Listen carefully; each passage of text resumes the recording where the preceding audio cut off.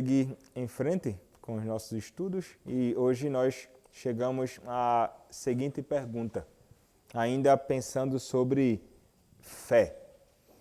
Aqueles com a fé salvadora devem temer a Deus e tremer diante de suas ameaças? Resposta: sim.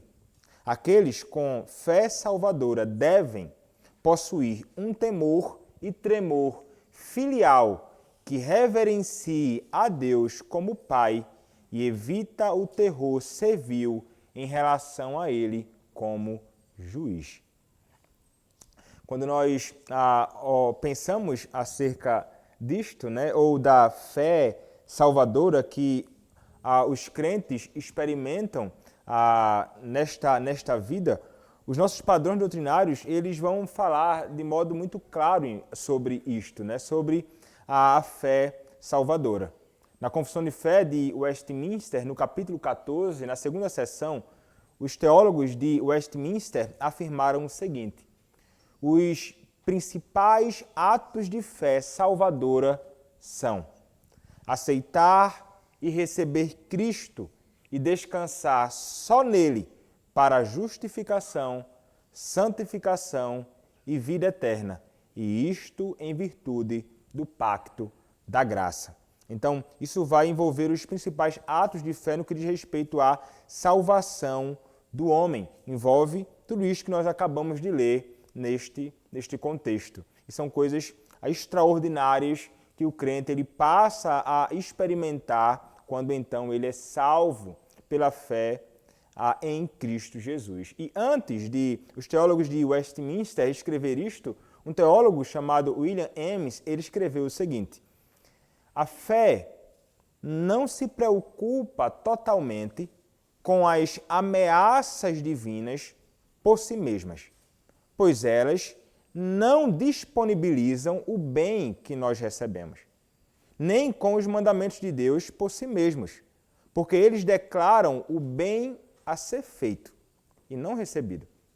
Todavia, a fé está enraizada nas promessas, pois nelas foi estabelecido o bem a ser recebido. Portanto, nossos teólogos estão acostumados a tornar as promessas o objetivo primário da fé.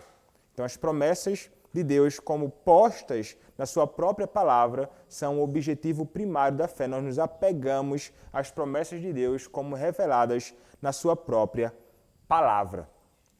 E aprender sobre isso é de fato algo muito importante, e aprender que nós desfrutamos dessa bendita fé salvadora e nos apegamos às promessas do Senhor pela fé é algo também consolador, é algo maravilhoso nós pensarmos acerca disto, mas aprender acerca dessas questões que mencionamos aqui brevemente não elimina uma outra questão que deve acompanhar a nossa vida de fé. Aprender sobre isso não elimina o temor a Deus e o temor aos seus juízos. Não elimina. Essas coisas deverão caminhar conosco, o temor a Deus e o temor aos seus juízos. Um envolve medo filial, que nós devemos manter em relação a Deus, ao Deus Santo, que é nosso Pai. Então, nós estamos em relacionamento de família com Ele, Ele é o nosso Pai, então vai existir um medo que está associado a essa filiação que nós temos com Deus, como nosso Pai. E também o outro envolve o medo quando nós nos colocamos de modo deliberado, consciente, em posição de sermos julgados por Ele com consequências. Então há um temor a Ele como nosso Pai, e há um temor quando nós fazemos algo que é contrário à sua própria vontade. E quando nós pecamos e transgredimos os seus mandamentos, nós podemos entender que Ele pode sim nos julgar e podemos ter e experimentaremos as consequências da nossa própria falta, do nosso próprio pecado. Então, uma fé genuína, ela realmente vai tremer por causa das ameaças de Deus. E o tremor, ele vai ocorrer quando há motivos para isso. Quando há motivos para, de fato, tremermos diante do Senhor e, em geral, isso se dá quando nós transgredimos os seus mandamentos. Mas, de fato, na caminhada do crente, né, ou na vida cristã, o temor ele tem de estar presente, porque o temor ele é um elemento comum da vida cristã. É algo que deve estar em nós o tempo inteiro. E como diz o salmista, no Salmo de número 34, verso 7 até o verso 11.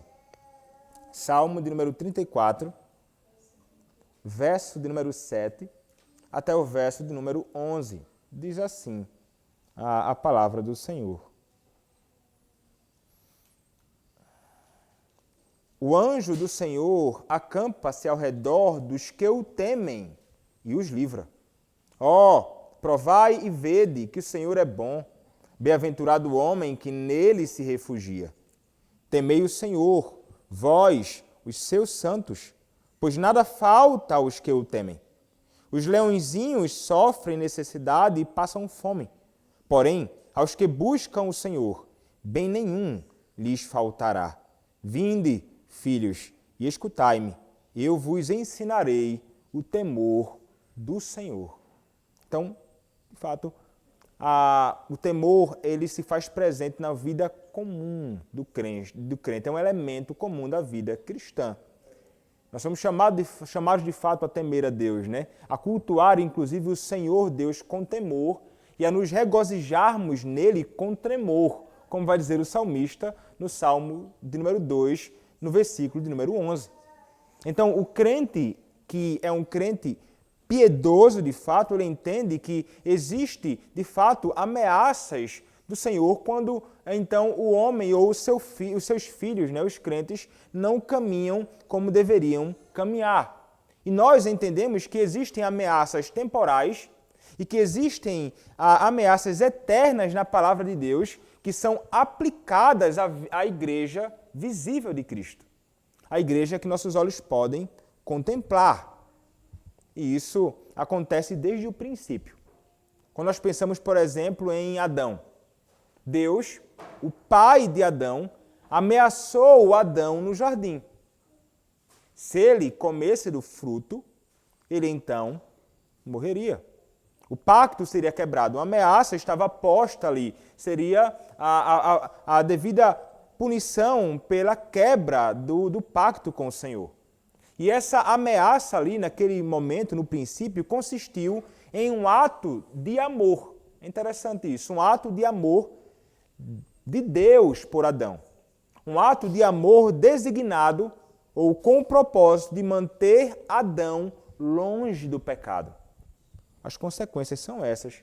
Foge do pecado, fica longe da transgressão do meu pacto. E Adão, então, ali no princípio, ele tinha um bom motivo dado por Deus para temer a Deus quando pecasse, porque a consequência seria, de fato, muito dura. E ele sabia, Adão, porque o Senhor não deixou escondido, Adão sabia das consequências da sua própria rebelião. No pecado cometido por Adão, percebemos que ele acabou falhando, né? O pecado, de fato, é a demonstração dessa sua falha. Da falha que é demonstrada ali no fato de Adão ter se esquecido do temor a Deus, nos termos do seu relacionamento filial com Ele. Ele falhou. Ele não temeu a Deus como deveria temer. E ele então falhou ali nos termos do seu medo ou do seu temor filial que ele deveria demonstrar antes da queda. Então ele deu ouvidos, né, à voz de Satanás, ele estava junto a Eva. E então ele acaba transgredindo a lei do Senhor. Adão falhou na demonstração do seu temor filial a Deus. Adão não demonstrou o temor filial da fé. Ele acaba, então, caindo em pecado. E isso, então, acabou levando Adão a um temor servil à incredulidade, que acabou se manifestando quando ele acabou, depois de transgredir a lei do Senhor, se escondendo ali do próprio Deus. Ele se esconde do Senhor. A incredulidade, então, estava no coração desse homem. Nós vimos lá no primeiro estudo nosso, né, qual é o primeiro e pior pecado, né? Então, nós vimos que é a incredulidade. E ele, então, não atendeu às ameaças de Deus, bem como não se apegou como deveria se apegar às promessas amorosas de Deus, naquele contexto. E veja, as promessas de Deus são sempre importantes, né, na nossa caminhada, tanto a promessa como as ameaças, né?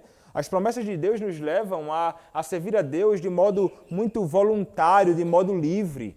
E nós então nos sentimos encorajados, né, por tantas promessas boas que o Senhor pode nos dar, uma vez que quando nós o servimos com alegria. E as promessas nos conduzem a isto. Mas suas ameaças também nos impedem de nós vivermos numa presunção carnal. Nos impede de vivermos uma vida de indiferença à sua própria vontade ou a olharmos para o pecado como algo que trará algum tipo de benefício para nós. As ameaças de Deus nos farão, na verdade, temer a Ele e fugir do pecado. É para isso que servem as ameaças do Senhor também. E veja, algumas das ameaças mais terríveis das Escrituras são realmente dirigidas ao próprio povo do Senhor. Nós podemos chamar essas ameaças de Deus de ameaças do Evangelho. O Novo Testamento faz várias ameaças ao povo visível de Deus, à Igreja de Cristo visível, advertindo-o caso persistam em caminhos injustos. Vamos olhar aqui algumas referências, por exemplo. Mateus, capítulo 6, verso de número 15.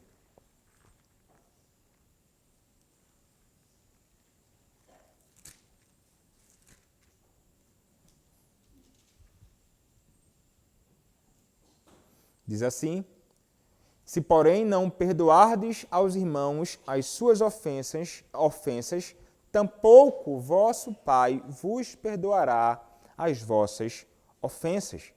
Um outro texto, mais à frente, agora Marcos, capítulo 1.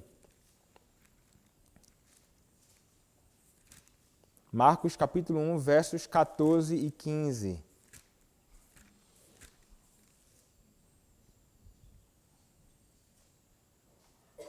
Depois de João ter sido preso, foi Jesus para a Galileia, pregando o Evangelho de Deus, dizendo: o tempo está cumprido e o reino de Deus está próximo. Arrependei-vos e crede no Evangelho. São advertências de Deus caso os homens permaneçam em seus caminhos injustos. Ele está advertindo, então, arrependei-vos. Nós podemos olhar mais à frente, agora Romanos, capítulo 8, verso de número 13.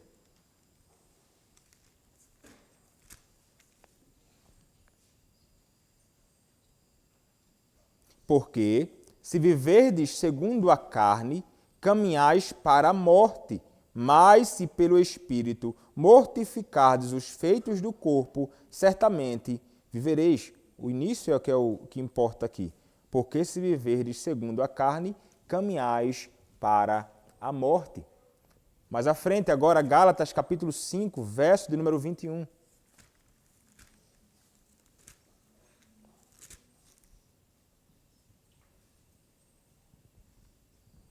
Invejas, bebedices, glutonarias e coisas semelhantes a estas, a respeito das quais eu vos declaro, como já outrora vos preveni, que não herdarão o reino de Deus os que tais coisas praticam. Uma outra referência que nós podemos considerar agora é em Hebreus capítulo 10, verso de número 25 até o verso de número 31. Hebreus capítulo 10, versos 25 até o verso de número 31, diz assim a palavra: não deixemos de congregar-nos, como é costume de alguns. Antes, façamos admoestações, e tanto mais quando vedes que o dia se aproxima. Porque se vivermos deliberadamente em pecado, depois de termos recebido o pleno conhecimento da verdade, já não resta sacrifício pelos pecados. Pelo contrário, certa expectação horrível de juízo e fogo vingador prestes a consumir os adversários. Sem misericórdia morre pelo depoimento de 2 ou 3 testemunhas, quem tiver rejeitado a lei de Moisés. De quanto mais severo castigo julgais vós, será considerado digno aquele que calcou aos pés o Filho de Deus e profanou o sangue da aliança com o qual foi santificado e ultrajou o Espírito da graça? Ora, nós conhecemos aquele que disse: a mim pertence a vingança, eu retribuirei. E outra vez, o Senhor julgará o seu povo. Horrível coisa é cair nas mãos do Deus vivo. Uma última referência, agora, Hebreus capítulo 12, versos 15 até o verso de número 17. Diz assim, vou ler a partir do verso 14. Segui a paz com todos e a santificação, sem a qual ninguém verá o Senhor. Atentando diligentemente, porque ninguém seja faltoso, separando-se da graça de Deus, nem haja alguma raiz de amargura que brotando vos perturbe, e por meio dela muitos sejam contaminados. Nem haja algum impuro ou profano, como foi Esaú, o qual, por repasto, vendeu o seu direito de primogenitura. Pois sabeis também que, posteriormente, querendo herdar a bênção, foi rejeitado, pois não achou lugar de arrependimento, embora com lágrimas o tivesse buscado. Se você olhar e ler todo o livro de Hebreus, você vai encontrar e vai perceber que todo o conteúdo de Hebreus vai envolver muitas ameaças de Deus ao seu próprio povo, caso eles persistam em caminhos injustos. Uma outra forma de vermos a manifestação de Deus para conduzir os homens a andarem nos seus caminhos é quando a igreja, sob o governo de Cristo, administra a disciplina eclesiástica. A disciplina eclesiástica também demonstra com clareza que os crentes professos podem ser ameaçados por Deus na ameaça, ou melhor, na disciplina, para que eles possam então caminhar por caminhos retos. A disciplina é tanto para o bem daquele que é disciplinado, como para aqueles que estão olhando para que fujam de cometer ou cair nos mesmos pecados. É para o temor daqueles que olham e veem a disciplina do Senhor, como nós vimos no texto que foi exposto domingo à noite em Atos capítulo 5, quando o Senhor caiu com disciplina sobre Ananias e Safira, e aquilo ali trouxe um temor ao coração de todo o povo naquele momento. Então, quando nós olhamos para essas ameaças, nós devemos entender que trata-se de uma ameaça do Evangelho. Uma ameaça do Evangelho porque o pecado é cometido de forma direta contra Cristo e contra a sua própria obra. Todo pecado cometido é um pecado cometido primeiramente contra o nosso Senhor. E o que acontece, no ministério pastoral, os pastores, em geral, eles vão ser aqueles que estarão empenhados em advertir a igreja com energia, os crentes professos de fato. Sobretudo quando os crentes acabam se entregando ao pecado.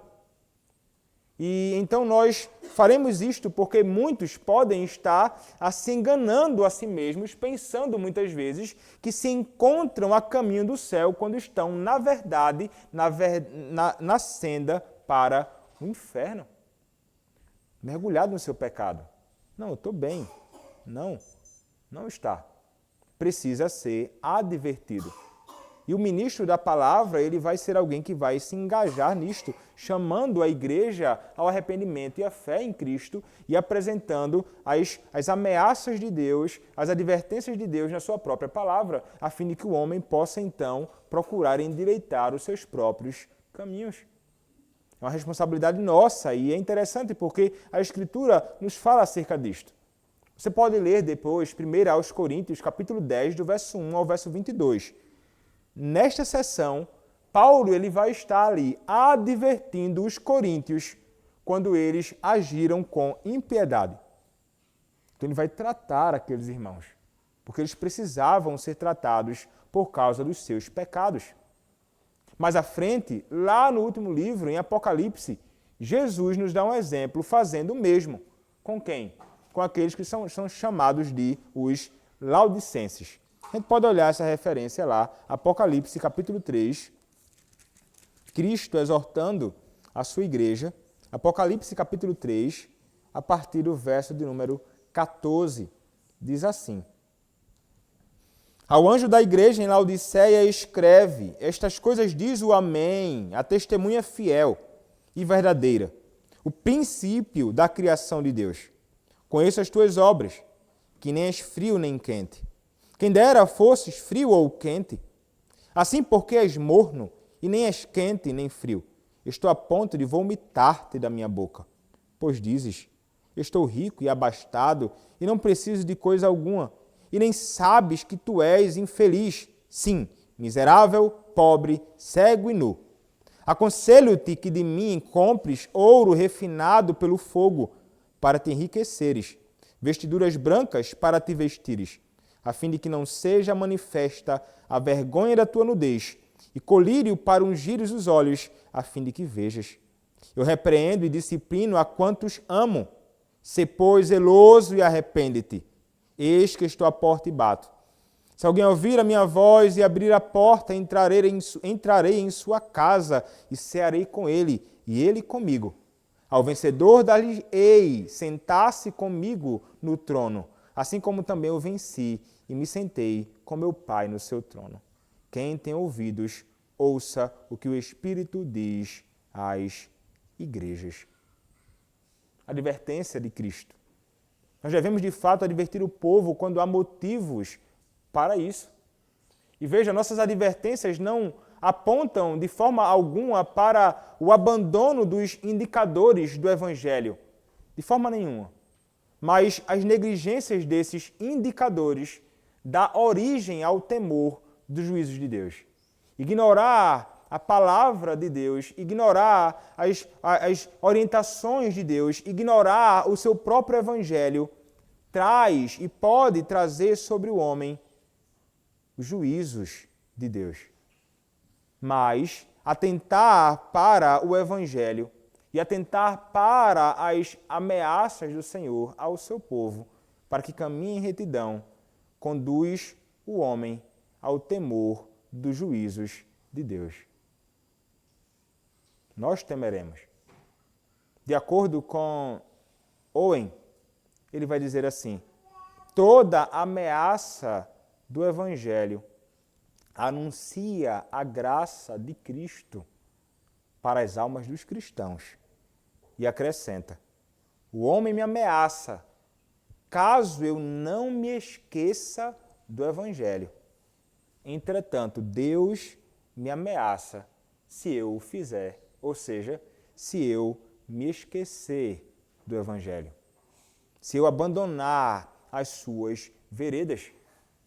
E como diz Hebreus capítulo 2, verso 3, como escaparemos se desconsiderarmos tão grande salvação? Como escapar das mãos do Senhor? Não há menor possibilidade se nós desconsiderarmos tão grande salvação. A advertência do Senhor. Um irmão chamado John Murray, ele escreveu o seguinte sobre o temor a Deus e o temor dos seus juízos. Ele escreveu o seguinte: o temor a Deus, que é a alma da piedade, não consiste no pavor produzido pela apreensão da ira divina. Quando existe razão para esse temor, privar-se dele é sinal de impiedade resoluta. Entretanto, o temor de Deus, que consiste na base da piedade e que a integra, é muito mais inclusivo e determinativo que o temor do juízo divino. E devemos nos lembrar de que o pavor do juízo nunca gerará em nós, por si mesmo, amor a Deus ou ódio ao pecado que nos torna sujeitos à sua ira. Mesmo a imposição da ira não criará o ódio ao pecado. Ela incitará maior amor ao pecado e inimizade contra Deus, em que consiste a piedade. É o temor que constrange à adoração e ao amor. O temor consiste em admiração, reverência, honra e adoração. E tudo isso no mais alto nível de exercício. Ele é o reflexo em nossa consciência da majestade e santidade transcendentes de Deus e pertence a todos os seres racionais criados e não se origina no pecado.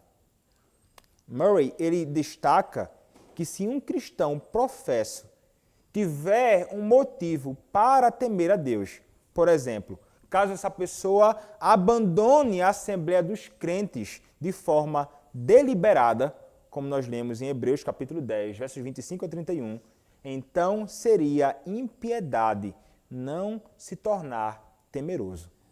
Não temer as ameaças do Senhor. Manifestação de impiedade no coração da pessoa. Alguém que vai seguir em frente na sua dureza de coração, sem se sujeitar à vontade do próprio Deus. Então, aqueles que vivem aí longe da Igreja de Cristo e imaginam que estão vivendo uma vida de piedade, a realidade é que não. Não estão se sujeitando à advertência de Deus, como nós lemos, e isso revela impiedade no coração.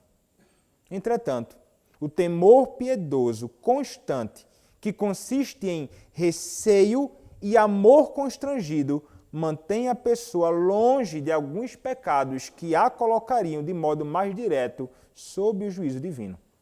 Em outras palavras, o temor a Deus, a reverência, evita que tenhamos medo dos juízos divinos. Por que razão? Porque procuramos ou estamos caminhando nas suas veredas. Aqueles que temerão ou tremerão diante do juízo divino que pode vir são aqueles que estão vivendo, em geral, na sua impiedade. O temor às ameaças do Senhor deve nos conduzir à piedade. E uma vez que eu estou vivendo no temor de Deus, em piedade, eu não vou temer ou não vou ter medo dos juízos divinos. Tudo isso serve para dizer que a fé salvadora responde ao Deus da Bíblia. Responde de modo positivo ao Deus da Bíblia. Tanto as suas promessas quanto as suas ameaças na palavra, a fé salvadora ela vai atender. Ela não vai negligenciar, ela não vai dar as costas, ela não vai tratar com indiferença. Nossa fé, se for uma fé verdadeira, nos conduzirá necessariamente ao temor ao Senhor, à reverência a Deus, a reverenciá-lo, a caminhar nos seus caminhos, fazendo exatamente aquilo que é a sua vontade. Nós caminharemos nas veredas do Senhor e estaremos seguros nele. Mas quando as ameaças vierem, olharmos, encontrarmos na realidade essas ameaças na sua própria palavra, como nós lemos em algumas porções da Escritura aqui, não podemos desconsiderá-las.